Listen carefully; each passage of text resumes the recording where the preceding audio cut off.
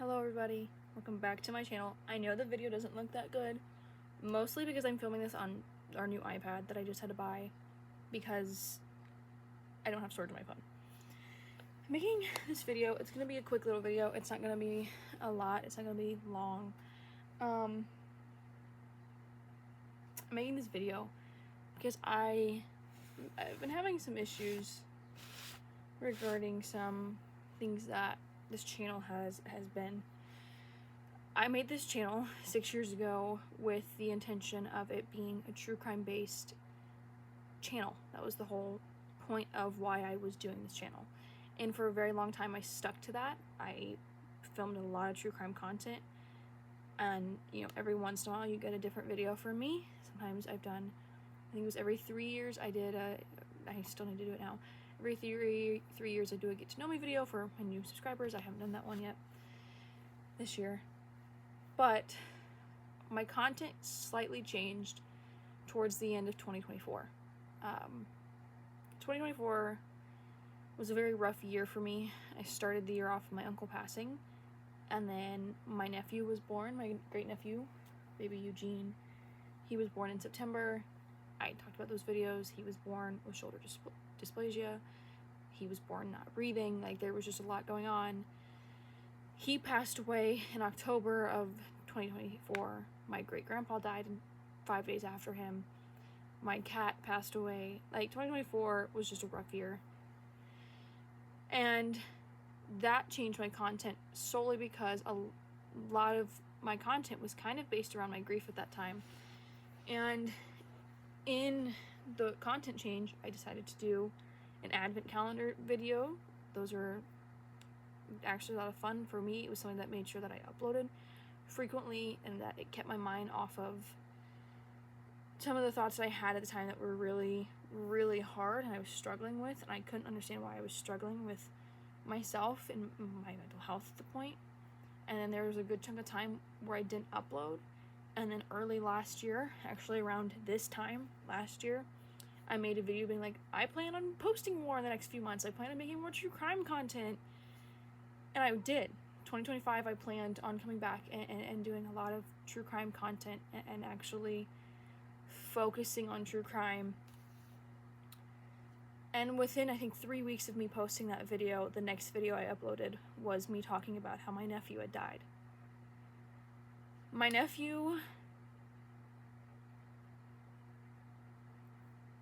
nephew's death really, really hurt. And I think I'm gonna check. I haven't posted a lot of true crime content since I did that video. Let me check.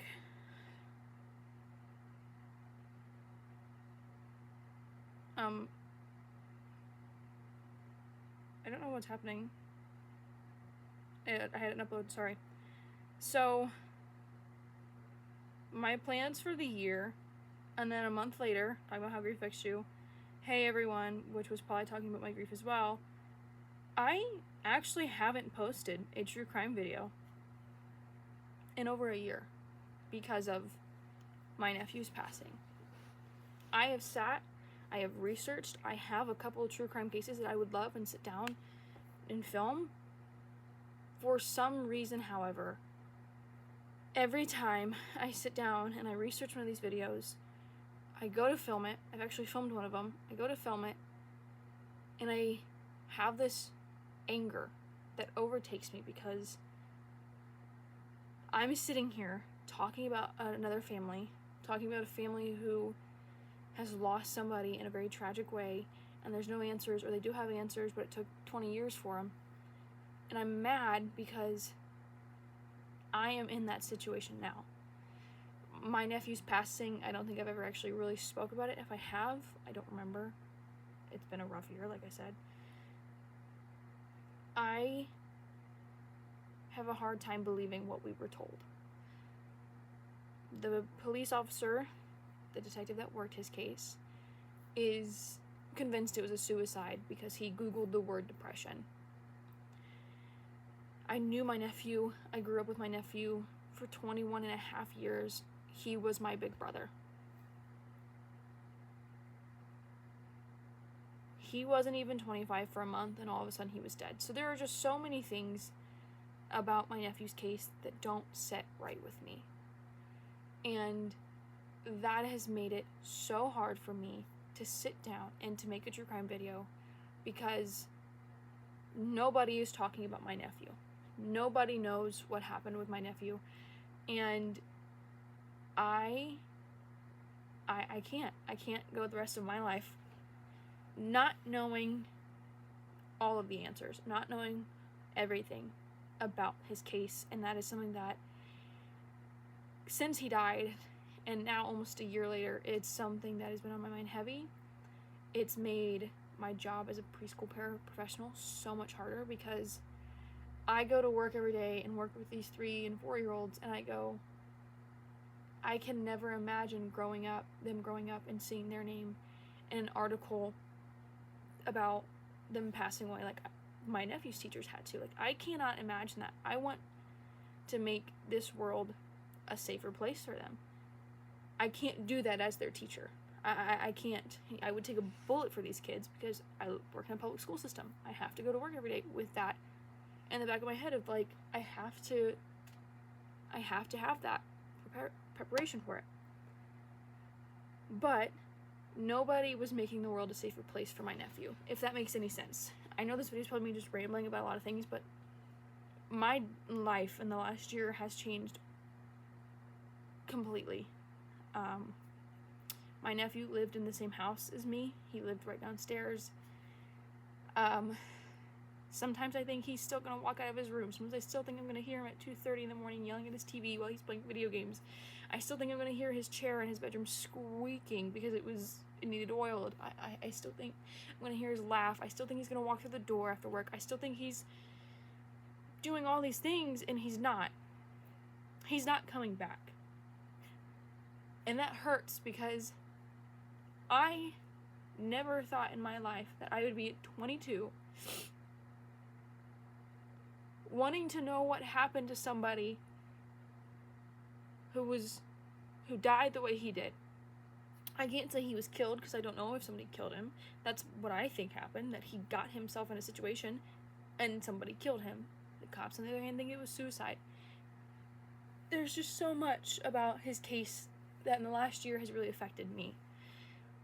I don't want to sit here and say that I don't like true crime content, because I do. I absorb a lot of it. The month after my nephew passed, that's all I listened to was true crime content. I was listening to Daniel Hallen and Kendall Ray and, Mile Higher podcasts and, Hallen's podcast, and I was just listening to all these true crime podcasts, and I was like,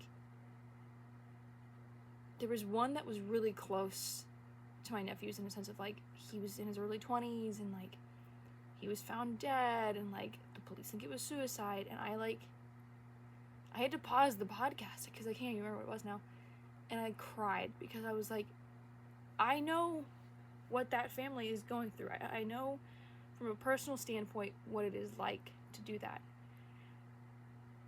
I just cannot sit here and talk about another family when my family is going through the same things as so many other families.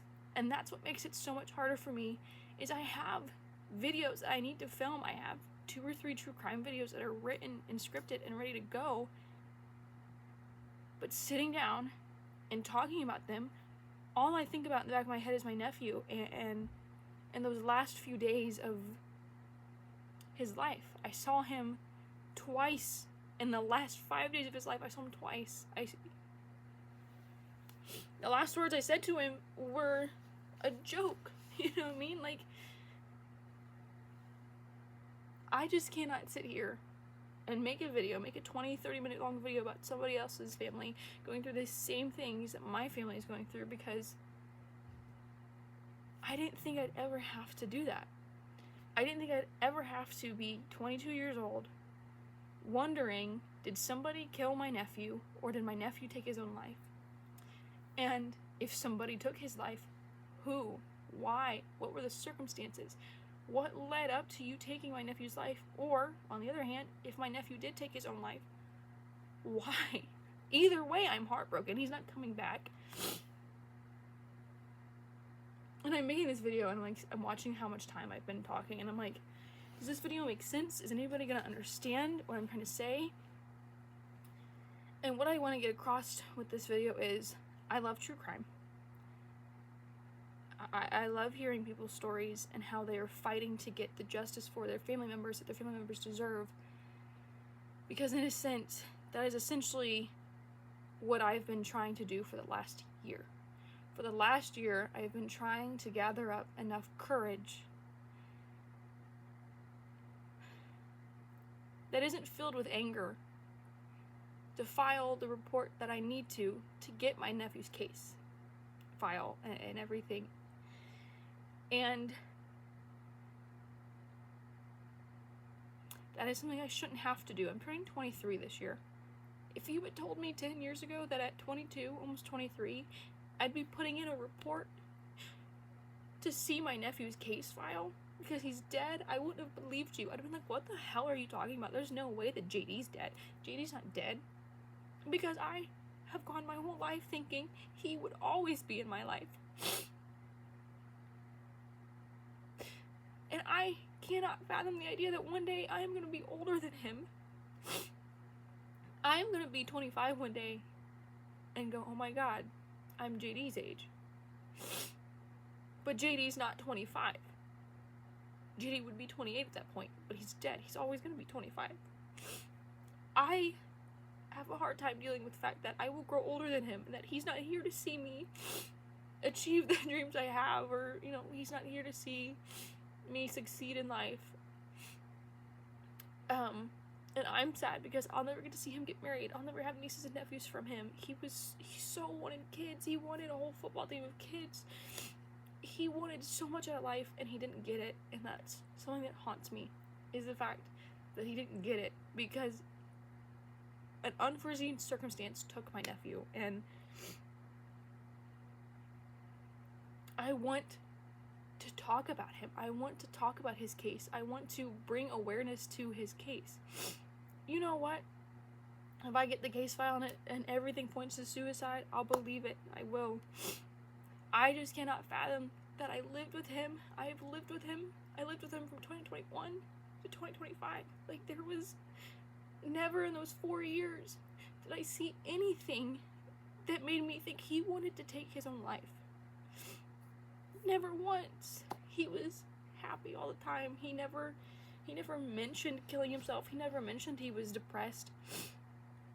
He never mentioned anything like that. And sometimes some people don't, and some people just do it without leaving anything behind. And that's also something that I'm like, my nephew wouldn't have left this world willingly of his own accord if he did it without leaving something behind for my mom and my dad, his grandparents. Like, I don't think he would have done that to them.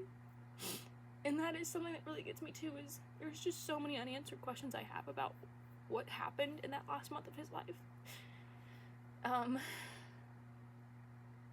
I'm not saying that's going to change anything on this channel. My channel is still going to stay the same. I just really want to bring awareness to my nephew. I want to advocate for him because nobody else is.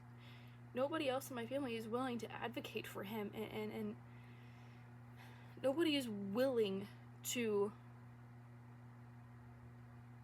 talk about him or bring him up or talk about how it's such an odd circumstance for him to have died the way he did. None of his siblings want to talk about it. None of them. His sisters, one of them's my own niece. He killed himself. It's that. He's not coming back. You're right. He's dead. He is not coming back.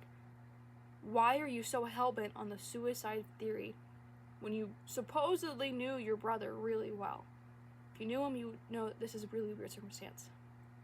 My brother is the same way. He thinks that he killed himself. There are so many of us in this family who are so confused about the fact that he died the way he did. That he left this house and never came back. That there are circumstances leading up to his disappearance that we found out later. And we didn't even find out through the cops. We found out through people. There are so many things of like, something happened in my nephew's life leading up to his death that don't make sense, that we don't have the answers to. And I would really like the answers to. And I really hope that you guys, so watching this video, support me in the understanding of I love to give you true crime content, I do, but in the last year it has been so hard to do that when I am living to similar situations I've talked about or that I had planned to talk about. I didn't think I'd be filling out a missing persons report at 21 a year ago. I didn't think I was going to be filling out a missing persons report and telling them that he had a gun on him, and then them going, oh, well, he had his gun and he disappeared for 3 days. He must have killed himself. I didn't think at 21 I would be looking at my 25-year-old nephew in a casket. I didn't think at 21 I didn't think that I'd go through that at 21. And I don't want to go through that again. And that's a fear that I have now because it's been a year. Some of the things that I did a year ago, I think I got a tattoo a year ago in March. And then a month later my nephew was dead. And I'm so panicked because I went and got 2 tattoos yesterday in March. And I'm like, well, now somebody's going to die. That's just how it works every time. Somebody's going to die when you get a tattoo in March. And then April is going to be the worst month ever. That's not how it goes. I don't know why that's how I think. It's not how it should go. I am heartbroken, and I need an outlet to show how heartbroken I am and how much I want to express that. I know I'm probably not the only person in the world going through this. I know I'm probably not the only family going through this. I would just really like people to see that. I would really love for people to understand why my content changed in the last year. I really want people to understand that sometimes even the mimic videos you guys get, it takes me forever to sit down and talk about those because of how hard it is to talk about certain things that happen in my house. Because in the back of my head I'm going, well, that's not good, or that means this is gonna happen. It's not what I want to happen. It's just I'm an overthinker, and the last 3 years of my life have been the hardest 3 years of my life I didn't think I'd ever have to go through. But this is probably a really long-winded video of me telling you my content is not going to shift a lot. I'm trying to think how to word this. My content will stay true crime, but I want to focus most of the true crime content to my nephew's case. I want to bring awareness to my nephew's case in a way that other people see it happens to everybody. It's not just to certain families. It's not to low-income families. It's not to, it's not just a certain demographic of people who go through this kind of shit. It literally could happen to any one of you watching this video right now. I have delved into the true crime community since 2018. I've watched true crime for years. I don't know how long, but I've seen so much, and I always thought, like, oh, that would never happen to me. Like, that could never happen to my family. It happened to my family. Something happened. I want to know the answers. I want to get the answers, and I want to be able to show the progress and the understanding and how I got from point A to point B to point C to point Z eventually. I want to show people that it can happen. It's gonna happen to people every day. It happens. It happened to my family, and it's been a year, and I have so many unanswered questions that I want to know what happened to my nephew, and I'm gonna get them, whether or not it takes me a year, it takes me 5, 10, 25, 40. I want to be able to show that on the internet, that it takes a while. You need to speak about it. You need to express so much about it. And my content, I don't want to change it. I want to kind of veer it to an angle of the true crime community where it's a family member. I was, prior to this, I was, somebody who just was very intrigued by the aspect of family members taking 40 years to get answers for somebody that passed away. Guess what? I might end up in that now. I want to change my content slightly to show you what it's like to be on the family side, because you don't get a lot of that content. I want to be able to show you what happened. I want to be able to show you that I pushed my anger aside about the whole thing, pushed my anger towards the detective and the cops that did it away. I want to be able to look at my nephew's case file and go, who did this to you? I want to be able to one day maybe get a private investigator. I can't afford that. You know, I want to show the ups and downs of getting answers, and you don't get a lot of that. And that's my whole point of this video, of me just rambling. I'm so sorry that I rambled for 20 some minutes long. But yeah, I want to change my content slightly to that. I do still plan on maybe every once in a while just sitting down and making a true crime video about someone other than my nephew. Maybe just a random video here and there. Like I mentioned earlier, every 3 years I do a get to know me video. I haven't done that yet. I should. See how different my answers are this time around. But yeah, thanks for sitting and watching me talk for 22 minutes, however long this video is. And just kind of rambling. I'm not going to edit this video because I want you to see the raw emotion and raw kind of how I feel. I've been wanting to sit down and make this video for a while, and it's just, I can never find the right time, and I had a really crappy week this week, and so I was like, I need to get this out now because this has been heavy on my mind for the last year, and this last week has been a really rough week, and I was like, I think I need to kind of talk about what is really bothering me, and it is my nephew's case that's bothering me the most, and I don't know how to explain that, and so, yeah. Thank you so much for watching. I hope you guys stuck around for however long I yapped about this, but I will see you guys in the next video, and I hope you guys are along for the journey that I plan on taking